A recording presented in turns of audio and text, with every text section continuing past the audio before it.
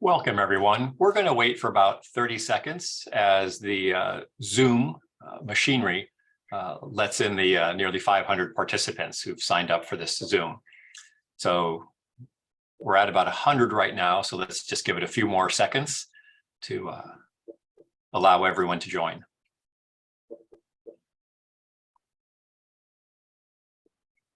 And in casual pre-game conversation while people are dialing in, I just wanted to say how personally excited I am to have this roundtable today, and how grateful I am that Robert Petit, Dave Crane, Nick, Yurlov, and Melaine and Michael have agreed to participate in this panel. Around this table, we have people who've not only been advocating for quite some time for the proper indictment of Putin and others responsible, but who have indicted heads of state or literally dozens of war criminals and individuals responsible for atrocity crimes. Okay, so it looks like we're up to about most of our participants have dialed in. So let me go ahead and start formally now. Hello and welcome to the over 500 individuals that have registered for this roundtable with PILPG's Thought Leadership Initiative. Today's event will be held in both English and in Ukrainian. So on the lower right-hand side of your Zoom, you can click the language that you prefer. Our panelists will be speaking likely both in English and in Ukrainian. My name is Paul Williams. I'm a professor of law and international relations at American University, and I'm the co-founder of the Public International Law and Policy Group, along with Michael Scharf. And I'm honored to be guiding the conversation today with my colleagues. Today's expert roundtable is part of our Ukrainian Thought Initiative Leadership Series. This series aims to discuss recent developments relating to the Russian invasion of Ukraine. And today we have one of those amazing developments that we want to discuss. Just a week ago, the International Criminal Court issued an arrest warrant for President Vladimir Putin. This is a major development for achieving accountability for the Russian crimes that are being committed in Ukraine. Now, during this roundtable event, our experts will discuss the implications of this indictment, how an ICC trial with Putin might proceed, and the consequences of this indictment of Putin for peace negotiations in Ukraine. We are joined today by Professor David Crane, the former chief prosecutor of the Special Court for Sierra Leone, Robert Petit, the former international co-prosecutor for the Extraordinary Chambers in the Courts of Cambodia, Nick Yurlov, a senior legal advisor and a board member of the Ukrainian Dead Lawyers Society, which provides legal assistance for media and law and operates as a charitable fund. We have Milena Stereo, the managing director of the Public International Law and Policy Group, and Michael Scharf, the dean of Case Western Reserve School of Law. The roundtable will be 60 minutes long. We are trying to save about half of the time for questions and answers.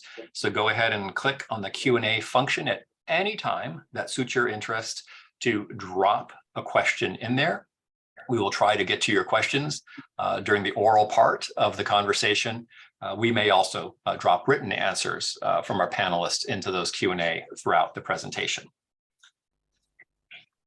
This panel builds upon a panel that we held in June of 2022. David Crane was one of the participants at that time, which was the pathways to prosecuting Putin. There were a lot of skeptical questions at the time as to whether or not that would actually happen. And if you listen to the recording that Cynthia has just put into the chat, we were quite optimistic about the fact that the international community would find a pathway to prosecuting Putin. And it has.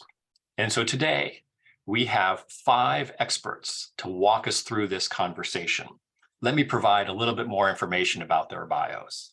Robert Petit, who is a senior peace fellow with the Public International Law and Policy Group, is, as I mentioned, the former international co-prosecutor for the Extraordinary Chambers in the Court of Cambodia. And Robert supports PILPG's work in Ukraine related to accountability and reintegration. I was reading rereading Robert's bio earlier to prep for this meeting and realized probably over a dozen, if not more, individuals he's been involved, high-level individuals he's been involved in investigating and crafting indictments for atrocity crimes. Robert, welcome to the program. I'm also thrilled to introduce Professor David Crane, also a senior peace fellow at the Public International Law and Policy Group and the founding chief prosecutor of the Special Court for Sierra Leone. While chief prosecutor, he indicted Charles Taylor, the head of state of Liberia. David is heavily involved in international efforts to create a tribunal to try the crime of aggression that Russia has committed against Ukraine. And hopefully we'll be able to hear some more about that today during the panel. I'm also excited to welcome Nick Yurlov, a Ukrainian lawyer who currently serves as a senior legal advisor at Truth Hounds. I have to say, Nick, a much better name than PILPG. Truth Hounds really gets to what you guys are after.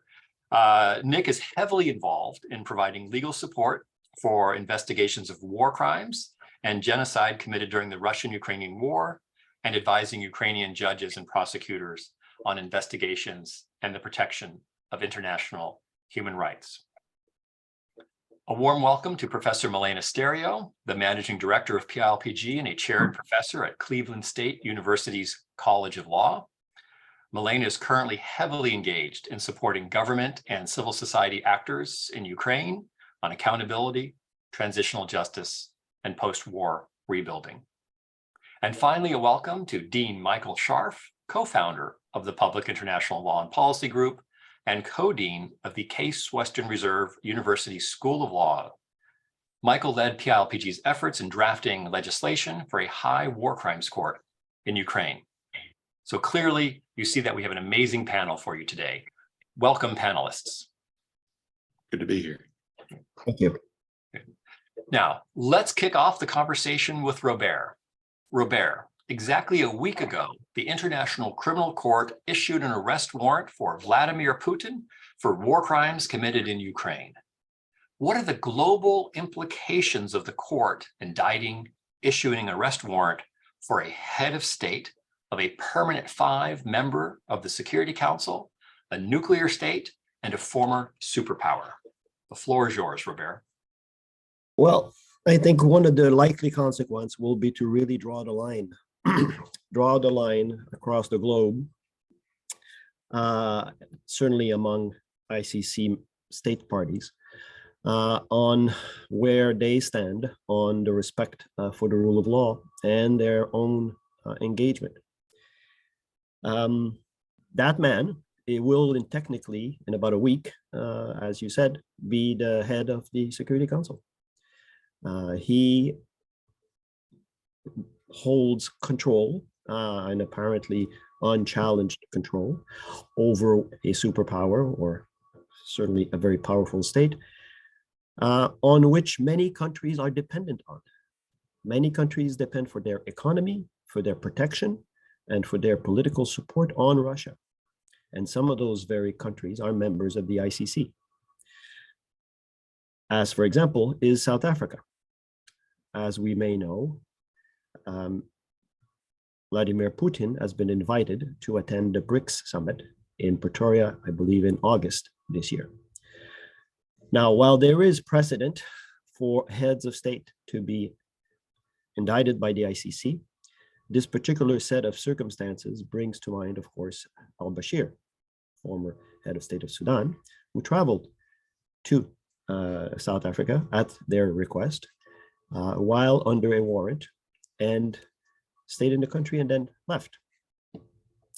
That had the consequence of a movement by the South Africa to withdraw from the ICC, which it eventually abandoned. But it finds itself now in the same predicament. So we will see how South Africa reacts. The foreign minister has already made some statements that I think could be interpreted as reluctant, to say the least, to either withdraw the invitation or apply the warrant. But I think that in the near future, that is the consequence.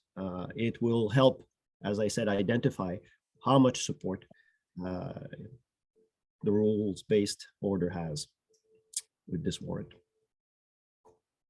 So it's essentially a taking names type of opportunity for, everyone gives lip service to the rule of law, the rules-based system, who's with that system and who's with an earlier or an outdated system. But Well, go ahead, sorry. Robert. I want to emphasize the point. We've seen throughout this since the invasion, a drawing of lines among the international community and some support that is qualified and if not fragile. And again, we have to go back to the fact that a lot of countries are either aligned or dependent on Russia. And the realities are that this may well influence their decision. Well, thanks, Robert. Let me turn to your fellow prosecutor, David Crane. David, during your time as chief prosecutor at the Special Court for Sierra Leone, you also indicted a head of state, Charles Taylor.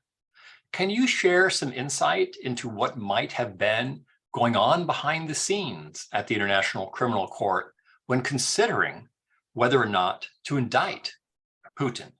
And in particular, what factors might the chief prosecutor have been weighing in considering whether to pursue this indictment? You were there, David. Tell us what it's like. Well, it's interesting, and I apologize. I may have a bad connection, so bear with me on that. But again, it was 20 years ago this month that I signed the indictment of President Charles of Liberia, the first sitting head of state in the modern era to be indicted for war crimes and crimes against humanity. So I note that only because it's interesting that 20 years later we indicted the second sitting head of state in the modern era. But also the importance of that. It doesn't happen often. We do have other examples. My good friend Robert has, and my roommate in Sierra Leone for a couple of years. But the bottom line is this is huge. I have to note that success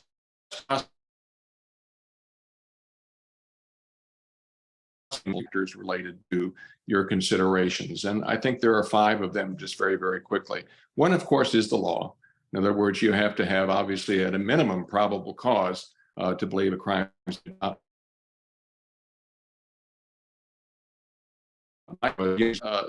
Considering indicting a head of state, you can't make a mistake legally or politically, because it could bring great harm on the region, but also it could hurt the credibility of the tribunal itself. So there's the legal aspect of that, but also there's the political diplomatic dimension of considering indicting a head of state, and something that I was very aware of.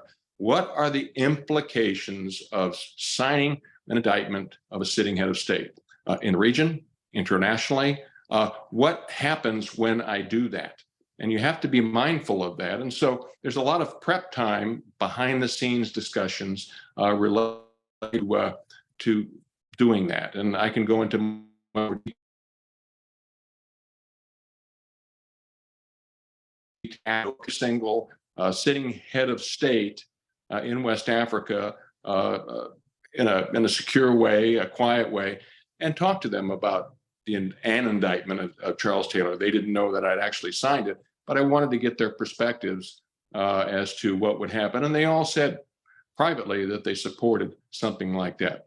Another thing that you have to consider when considering indicting a head of is the cultural aspect of this. In other words, is the justice we seek the justice we want?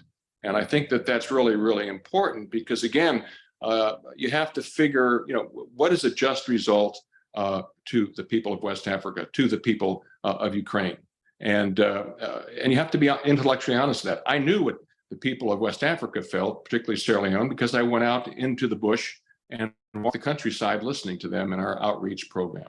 And lastly, and I'll finish here, is the practical aspects of this. How are you going to do it? How are you going to bring in a sitting head of state before a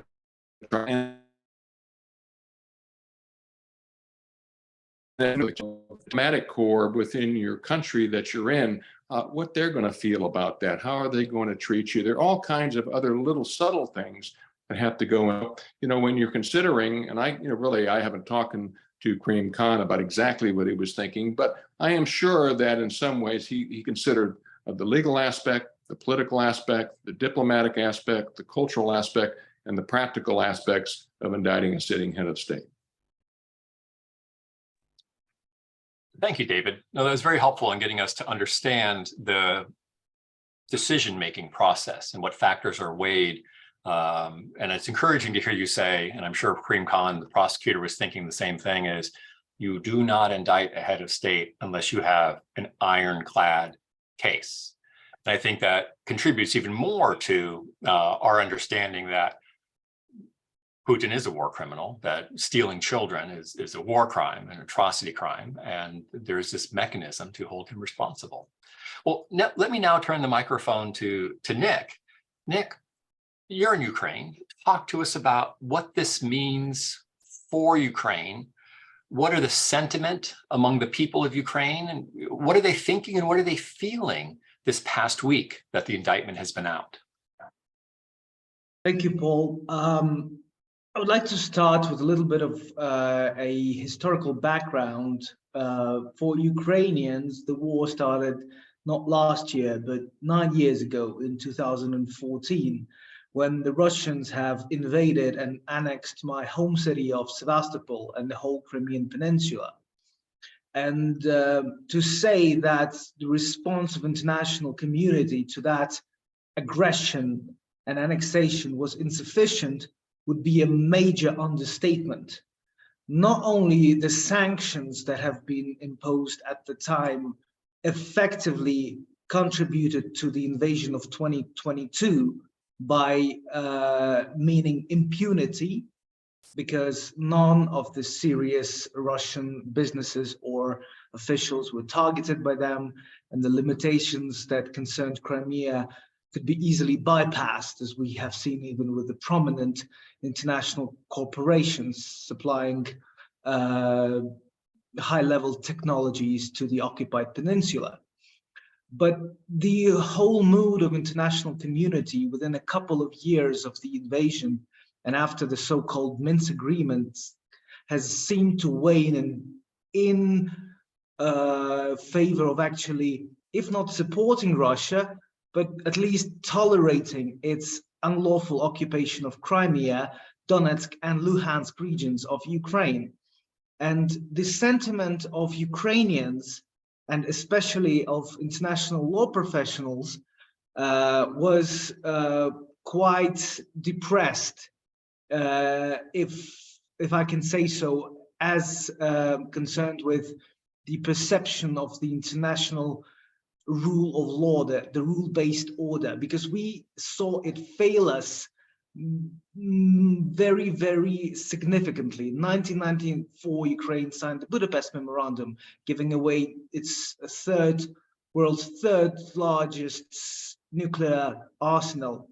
In 1997, Ukraine signed a treaty with Russia, agreeing to give 83% of its Black Sea fleet in exchange for Russian legal guarantees that Crimea is a part of Ukraine, and the Black Sea fleet will never be used to endanger Ukrainian independence and territorial integrity. Now, the value of those international instruments was very remarkably demonstrated in 2014. So until 2022, until the full-scale invasion, the faith of Ukrainians in international institutions and the rule-based order was quite low, especially when organizations such as the OSCE, the Security and Cooperation in Europe organization, deputy head of mission, stated that he failed to see any Russians in Donbass in 2019, after 5 years of what has been heavily documented by many organizations, including the one that I am now honored to represent here, the Truth Hounds.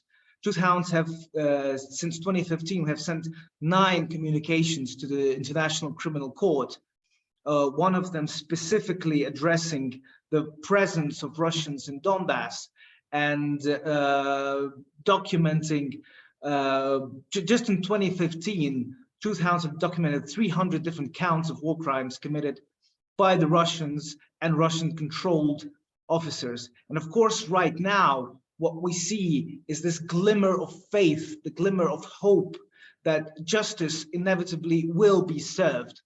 And as a prominent English justice said 99 years ago in what became a very known phrase, Lord Heward said that it is not merely of some importance, but it is of fundamental importance that justice should not only be done, but should manifestly and undoubtedly seem to be done.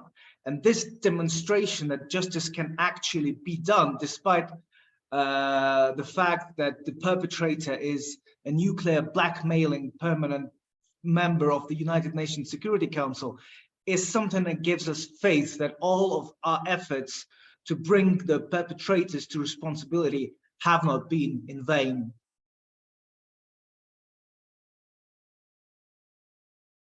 Thank you, Nick. That's very compelling and insightful perspective from the people of Ukraine in terms of what they're feeling, what they're thinking, and how an indictment by International Criminal Court really can restore some degree of faith in the international legal order and some hope that members of the international community will carry through on their obligations, in part as Robert had mentioned. David, you want to jump in on this, and then I'm going to turn it to Milena. Thanks real quickly, and I think Nick brings up a good point. I face the same kind of skepticism by the people of Sierra Leone and West Africa who truly believe that the rule of law was in favor of people who were in power. And, you know, I always am in town hall meetings throughout the region. Don't believe what I say, believe what I do. And so I think my Ukrainian friends and colleagues need to take heart that we've done this once before. And despite all the international skepticism of going against Taylor, we did it. And so I think that they should consider that we're going to do it again. And I can assure them of that. And again, don't believe what I say, believe what I do. Thank you. Oh, David, I'm glad you shared that, because I think all of us on this call, well, most of us on this call talk a lot about justice. You and Robert are actually out there indicting people for it. And it's good to see that the level of action by the ICC and by the international community, as Nick notes, is rising to that level of advocacy. Well, Milena, let me turn to you now. And the International Criminal Court has over a dozen indictments of defendants that are still at large. What will it take for Putin to actually be taken into custody and face trial? Talk to us about the future and how this may play out. Thanks, Paul. That really is an excellent question. And let me just back up by explaining that the reason it is actually important to take Putin into custody and to transfer him to the court is that the court cannot hold trials in absentia. So if the defendant is not in custody, if the defendant is not at the courts, the trial cannot actually take place. Now, the ICC depends on states to actually arrest the accused. The court itself does not have an international police force that could go around the world arresting individuals. And so because of that, the court is at the mercy of the states, and typically it's the territorial state, the state where the accused is found, that would have to arrest Putin and transfer him to the court. Now, states, the 123 states that are members of the International Criminal Court have a legal duty to arrest Putin if he were to be found on their territory. As Robert mentioned, Putin is slated to attend the so-called BRICS conference in South Africa in late August. He was also slated to attend the G20 summit in Delhi, India in September. Arguably, if he were to go there, especially South Africa, which is a member state of the ICC, South Africa would have a legal duty to arrest him. The million-dollar question, though, is will states actually go ahead and arrest him, even if he were to show up on their territory and even if they have a legal duty to arrest him?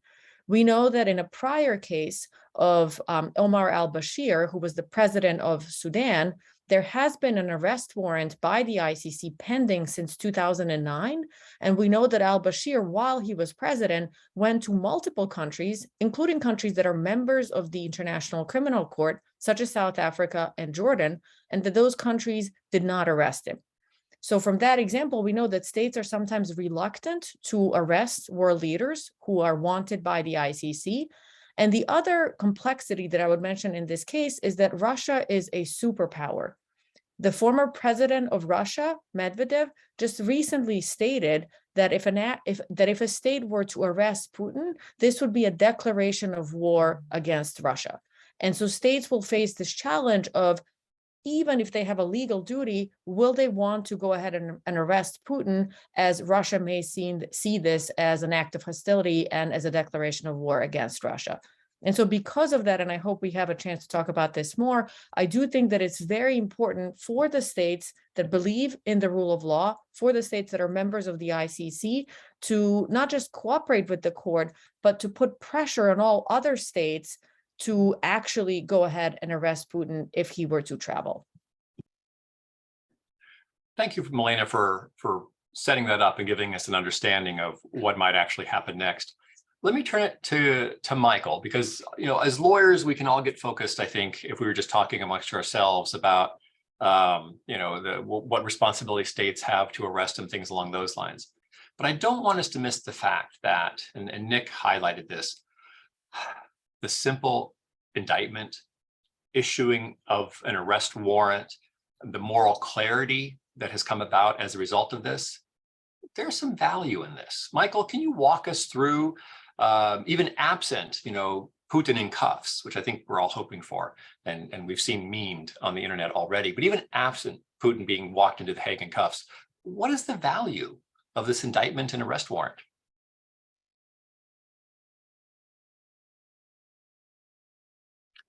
Michael, you are being brilliant, but unfortunately, only you can hear yourself. Thank you, Paul. I want to start by going back in time. Before Slobodan Milosevic was indicted, I had a long discussion with the chief prosecutor of the Yugoslavia Tribunal, Richard Goldstone, which I captured in my book, Wealth and Justice. And I asked him, why haven't you indicted Milosevic? Because that was really important at the time, I thought, and many of us thought. And he said, look, an international prosecutor is only concerned with one thing: prosecuting based on the evidence and based on the law. It is not about diplomacy. It is not about stopping wars. And I'm so glad, David Crane, to hear you say that when you indicted Charles Taylor, you thought about the bigger picture.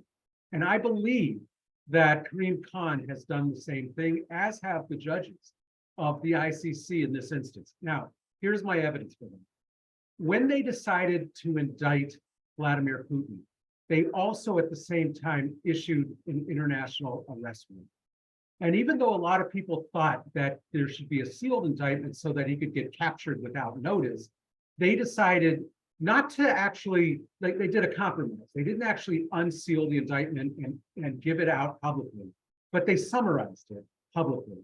And they did that for the diplomatic and practical reasons that David Crane was talking about.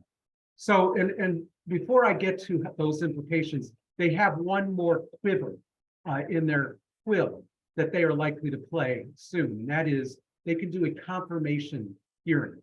And Milena said there are no trials in absentia before the ICC. Technically, that's true, but a confirmation of the indictment hearing is like a mini trial in absentia. It can go on quite a few days. They will present lots and lots of evidence against Putin, and it'll be very damaging to his reputation and very powerful for the kinds of things that Nick was talking about in terms of bolstering support for Ukraine. And that's probably going to happen this summer, I believe. And it depends on what kinds of things are happening on the ground. Of course, the other thing that'll happen is there'll be more indictments, because they chose to so far only to indict this one crime. And this, again, was brilliant. They chose the one crime that really pulls at the heartstrings, that the newspapers are all over. There is no way to justify kidnapping children by the numbers of 15, 16,000, 20,000, maybe more, sending them to Russia, and then immediately having them adopted and never returned. And that is such a clear-cut crime, and it's easy to prove because Putin and his chair of children's rights have made many statements about how they're going to give these Ukrainian children a better life by transforming them into Russians, which are a superior people, they are implying. Now, so you will see more indictments. Now, what are the significant diplomatic and practical implications? I don't know whether states will arrest him, Milena, but I do think it will be harder for him than it was for al-Bashir, because the ICC now has an appeals chamber decision that says definitively head of state immunity does not apply when you're visiting a state with respect to surrender to the ICC. I think it already had a major impact.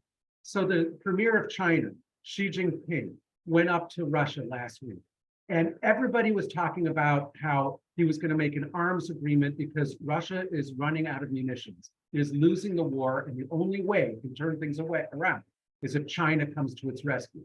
And guess what? The indictment came 2 days earlier. There was not a word spoken by China about supporting the war effort. And I don't think that's a coincidence. I think that was an implication of the indictment. And I think that the ICC knew full well that that would be one of the consequences. The other one is, you know, the international community has sanctions on Russia. And at first they were pretty low level, and then they ratcheted them up. They had exceptions. They had transitional periods and so forth. Well, suddenly with this indictment, there is a new movement to really ratchet up the sanctions, and that will start to hurt Russia. And then there's the arms support for Ukraine. Ukraine, like Russia, is running out of arms. The only way it succeeds is if it continues to get support. You've got people like the Republican leaders in the US Congress who have been saying, oh, we shouldn't give any arms support to Ukraine. It's just a territorial dispute. After the indictment, a bunch of Republican leaders flipped over and said, we will support the arming of Ukraine. This is aggression. This cannot stand. So it had an implication right here in the United States. We saw it play out in the press. And finally, every single time one of these leaders has been indicted, it begins to erode their authority. Slobodan Milosevic, you go around for a couple of years being called indicted war criminal, Slobodan Milosevic. It's very hard to run your country. It's hard to travel around the world. People don't want to extend invitations for you. Your support starts to sink. Your opponents start to seize opportunities, maybe for assassination, maybe for a coup d'etat. Slobodan Milosevic fell from power. Then you had al-Bashir. He's hopscotching around the world. As soon as the ICC definitively said he couldn't do that anymore, he was indicted. His power was eroded. He's now under house arrest, and they're negotiating his release and surrender to the ICC. And Charles Taylor, once he was indicted, and Dave can tell you more, it started to erode his power. You know, and ultimately he fell from power and he had to leave and go into exile and then was turned over. So, you know, I think in the long term, it is going to be very hard for Vladimir Putin to be an effective leader with the moniker indicted war criminal next to his name. And that might be the most significant aspect of that. David, I saw that you raised your hand and wanted to chime in on this question as well. You're on mute.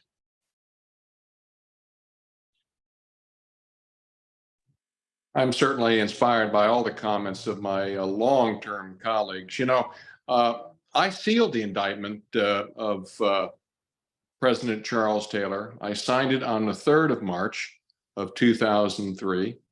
I sealed it immediately and waited for a political moment by which I could show the indictment and the rule of law was more powerful than the rule of the gun. And that happened in June of 2003, the 4th of June, 2003. Robert probably remembers this, is that when he went to the Lomé Peace Conference, I informed Ghana that morning that I'm releasing an arrest warrant and the indictment at 11 o'clock that morning. I so informed the various other countries, the United States, Sierra Leone, the United Kingdom, and the United Nations, at 11 o'clock, a significant security event would happen. At 11 o'clock, knowing that he was going to arrive at 11 o'clock in Ghana, I announced to the world that President Charles Yankee Taylor has been indicted for war crimes and crimes against humanity. He went up the steps of the at the Lomé Peace Conference at 11 o'clock. A president of a country at 11:15, his peers trundled him out of the hall, and he went down the stairs as an indicted war criminal. So I do want to use that example as a way of inspiration that the power of the law related to this is far more than just bringing the individual into court and trying them. There are huge political and diplomatic ramifications.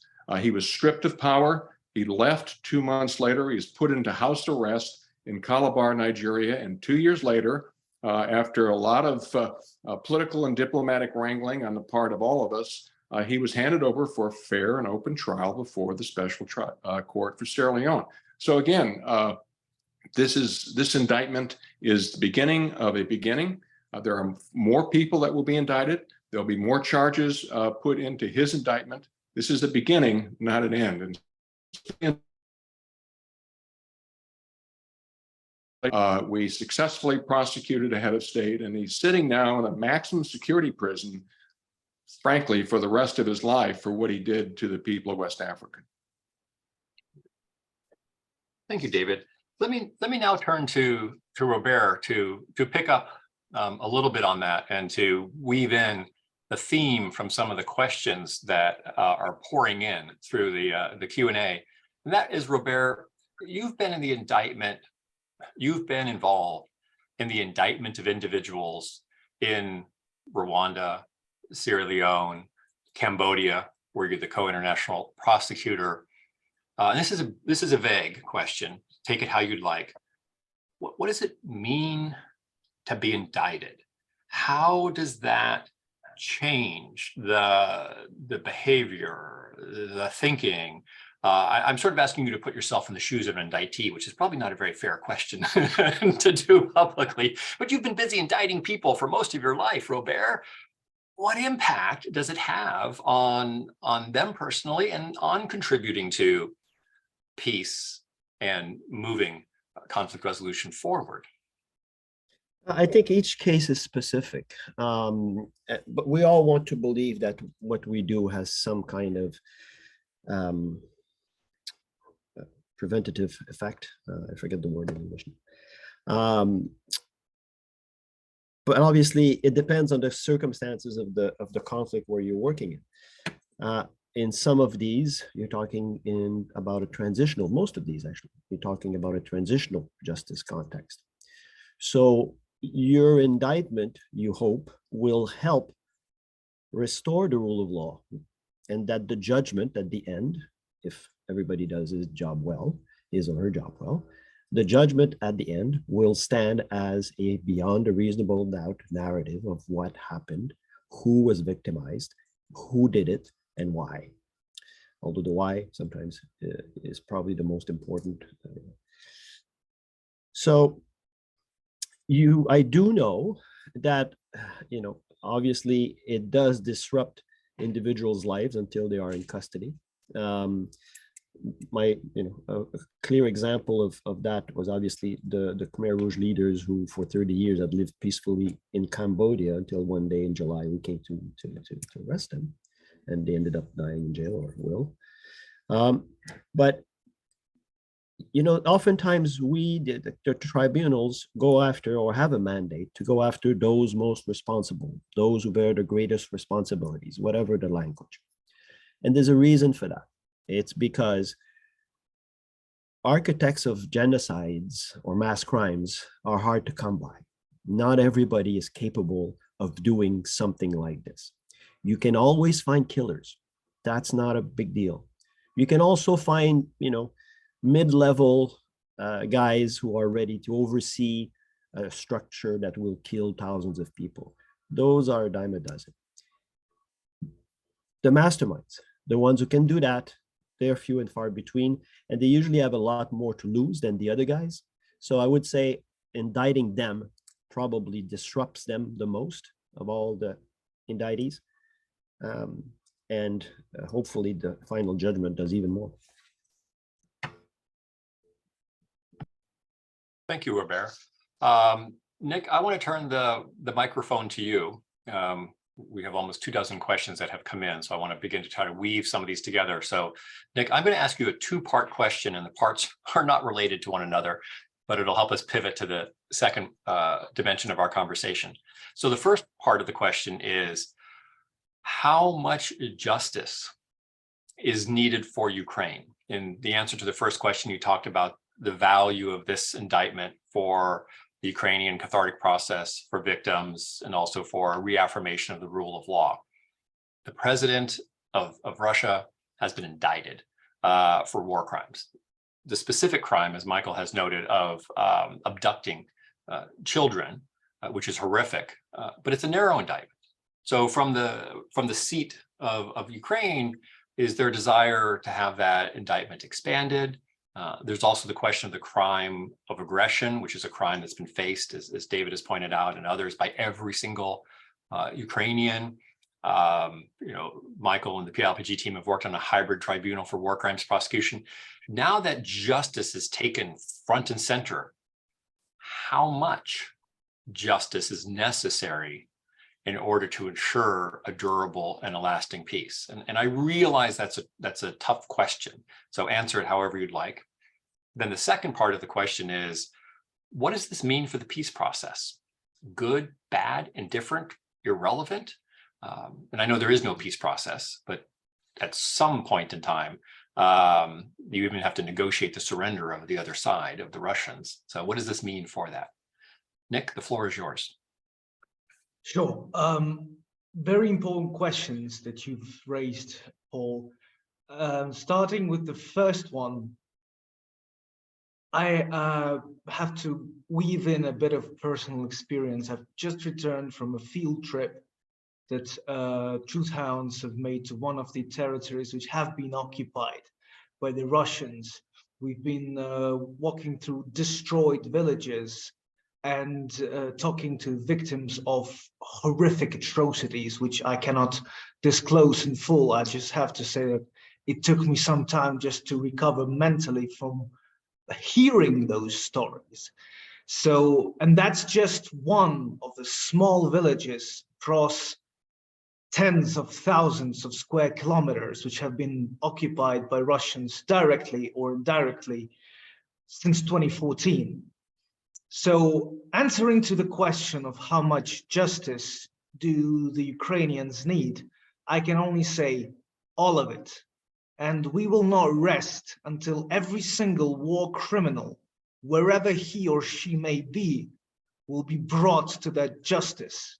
And I know that there are many people like me who haven't been able to join the army and fight on the front line to deliver the immediate justice to the aggressors, but they have sworn, like me, to do whatever is possible in our lives to fulfill this purpose of bringing and restoring justice. And we will not stop until every single one of those criminals is located and justice is served to him or her.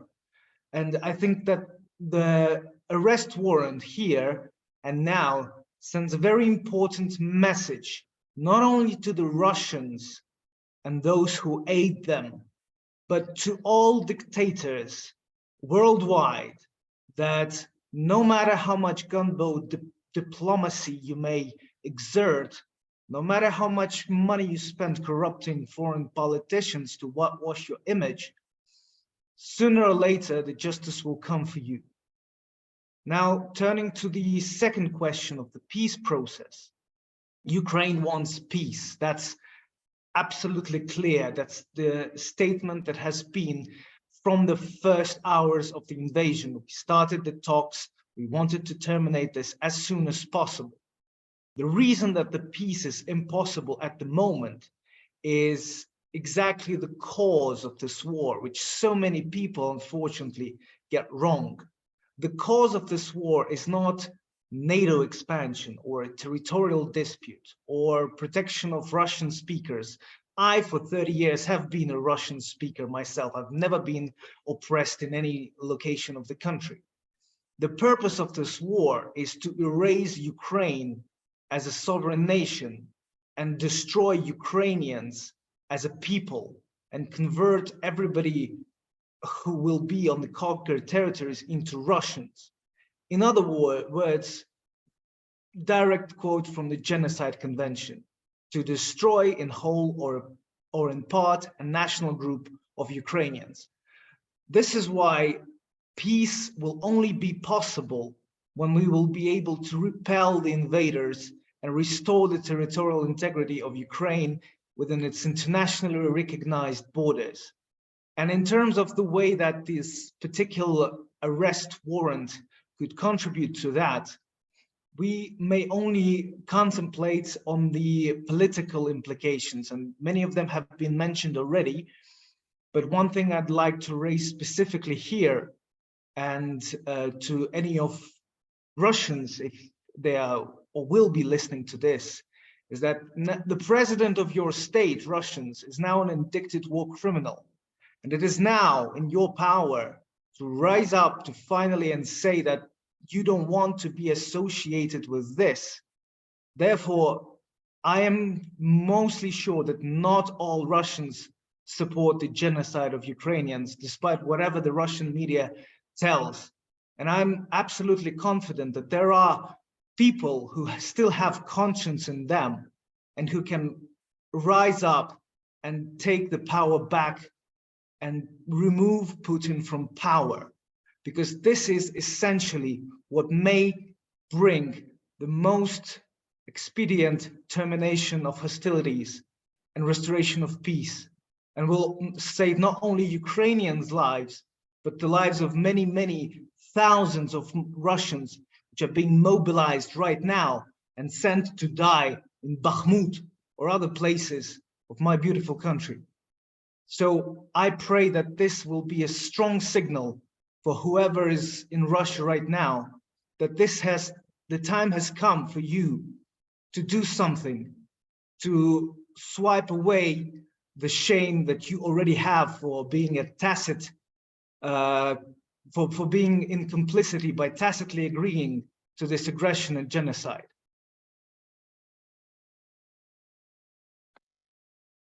Nick, thank you for those very candid remarks. Because I think if I were to just have asked the international criminal law prosecutors, Mike, Milena, and I, and David, and Robert, this question, it would be like, prosecute everybody, take the evidence where it goes. That's our job as prosecutors, and we would all nod. It's great to hear you say that as well, because it ground tests or ground truths what many of us are committed to in this universe of accountability and international criminal law. It's also great to have your perspective on the peace process, and essentially what you're saying is, look, don't ask the Ukrainians for the peace process. It's up to the Russians to change the regime which is committing these atrocities, and for the Russian people to express their own will for peace and an end to the conflict. I want to put two more questions out, one to Milena and one to Mike. Stepping back 5 steps, big picture, Milena, put your big picture hat on, and the United Nations, the International Criminal Court associated with the United Nations, an indictment of a permanent 5 member who, they're going to hold the chair of the Security Council next month, unfortunately. What does this mean for the UN system? That an independent entity, everything is political, except for justice. You have a non-political entity, an 800-pound gorilla, which is dropped into the middle of a highly political process and a highly political institution and indicted a head of state of a P5 member. What does that mean for the future of the UN? And then Mike, we'll pass the microphone to you. What does it mean for the future of justice? David started this trend of indicting heads of state. Robert moved forward with the Khmer Rouge in Cambodia, the senior leadership. Now Karim Khan has picked up and the head of state of a P5 member. What does this mean for justice and its role in the future of global relations? Elena, over to you, and then Mike, over to you. Thanks, Paul. So, not to downplay the significance of the indictment itself or the arrest warrants. The arrest warrant against Putin is hugely significant for justice, and I'll leave that part for Michael. But when it comes to the UN system, I do think that this underscores the limitations in the UN system, which have to do with the fact that 5 countries have veto power on the Security Council. So for example, when it comes to ordering any type of a forceful action, to whether it be to execute an arrest warrant or to force any country to do anything, we are really stuck with the Security Council, where, as we know, Russia has veto power. And so if anything, and I hate to be pessimistic about this, but I would say that this situation just highlights even further the inherent limitations we have as related to the UN system because of the veto power that is part of the Security Council functioning. Michael, the microphone is yours. So first, I want to add to something that Elena was saying. Yes, for the last 10 years, Russia has been wielding its veto in a way that has made the Security Council paralyzed and the UN look like it is an ineffective organization. Sometimes there's a silver lining to these huge crises. And what has happened over the last year is that there has been a huge power shift from the Security Council to the General Assembly.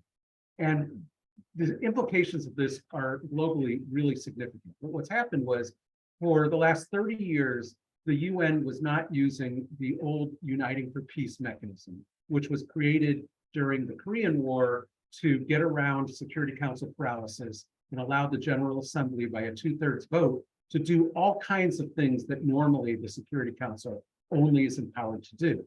And the International Court of Justice has upheld this process. Now, it hadn't been used until February 22nd. The invasion last year of the Ukraine. And a couple of days later, the US actually dusted off the old Uniting for Peace resolution, and they used it to condemn the aggression. And that had an immediate effect in the ICJ case because they cited it and said that there was an act of unlawful aggression. Secondly, the General Assembly started passing a number of other resolutions that were surprising in the power that they were wielding. Perhaps most surprising is the one that kicked Russia out of the Human Rights Council.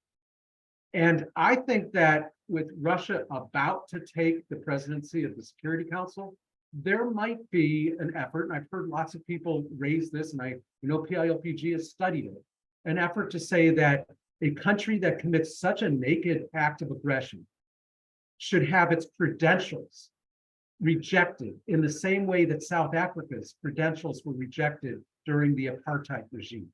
So there is precedent for that. It could happen, and there might be the votes to do it. Now, on the big global, worldwide scale, the question that you asked me, I think that the International Criminal Court has just turned a huge corner. It's 20 years old. It was a fledgling little institution. It was prosecuting low-level people, and now it has arrived in a really significant way.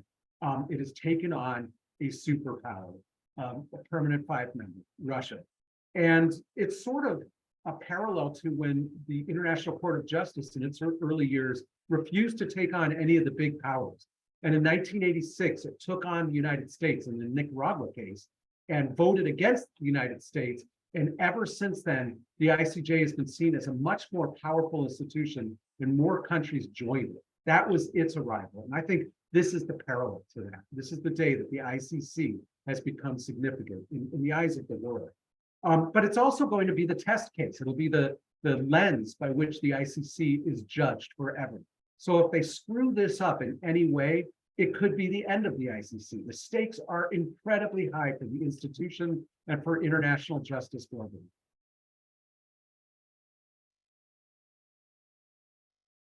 Thank you, Michael. I see that Nick raised his hand and wants to intervene. And then David, I'm going to turn to you with the last question on the Tribunal for Aggression. There's a parallel panel occurring in the Q&A among the viewers of this Zoom on the crime of aggression. So I want to have you jump in and give some big picture on that. But first, Nick, first to you, Nick. Just to comment briefly on the United Nations Security Council, which is a very important development. The fact is that since the full-scale invasion, we see a growing momentum for the reform of the United Nations Security Council, and something which would have been absolutely impossible to imagine just 2 years ago. At least 2 of the permanent members, US and France, have voiced their support for limitation of the veto power, at least in cases of alleged war crimes and genocide. And this is a very, very important moment, I would say a point of bifurcation in the history of not just the international relations, but of the humanity as a whole, when we have a permanent 5-member which directly threatens to nuke anyone who intervenes in supporting the victim of aggression. How much longer can we tolerate that member running the global security? The system that was created in 1945, well, I would say that it would be fair to admit that a world has slightly changed since 1945, and the time has come for a new, or at least an update to the system, which hasn't been working since 1945. It's been obvious. Ukraine by far is not the first victim of the United Nations Security Council paralysis, a constant paralysis. But now is this time, and it's been a lot of has been said about the ICC and its do or die moment, but it's also a do or die moment for the whole international community. And the way that they are going to respond to the arrest warrant is going to be shaping the future that we're going to live in, whether it is a future community governed by the rule of law or a future community governed by interests and gunboat diplomacy. So we are truly living through historic times right now. Thank you, Nick. David, you have the last 2.5 minutes, leaving me 30 seconds to say thank you to everyone. But in the Q&A and then on this panel as well, there's this question of aggression. It's almost as if there's 2 necessary pieces of the puzzle. Direct individual accountability for crimes. Yes, the ICC has moved right to the top, Putin. But that needs to be complemented with accountability for the crime of aggression. David, talk to us about that. Share with us what we need to know. We have to hold Vladimir Putin accountable for the crime of aggression. We have the ability to do that. The gravamen of this entire tragic moment in history is that aggression. And so we have to deal with it. Strong men around the world are a little bit taken aback with the indictment related to war crimes, but what they're really watching for is what the world does related to the aggression.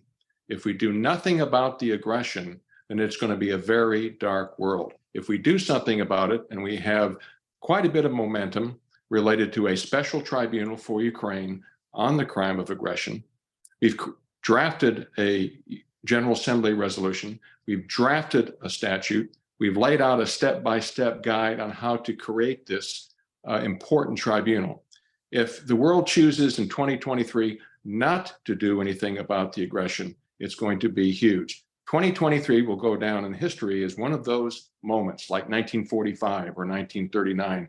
You know, it will shape the geopolitical trajectory of the rest of this century. I just want to point out that Charles Taylor was very flippant about his indictment. He never thought he'd ever be held to justice. Ironically, in 2002, 2003, Vladimir Putin and then the Russian Federation actually support in that takedown of Charles Taylor. Vladimir Putin will be accountable for war crimes, crimes against humanity, and aggression. He knows that. He won't admit that. Charles Taylor didn't either. But we're coming for you, and you will be held accountable for aggression. Just listen to the emotion in Nick's words. He is a victim of an atrocity.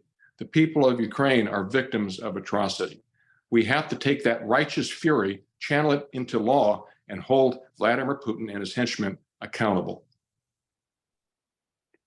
Thank you, David.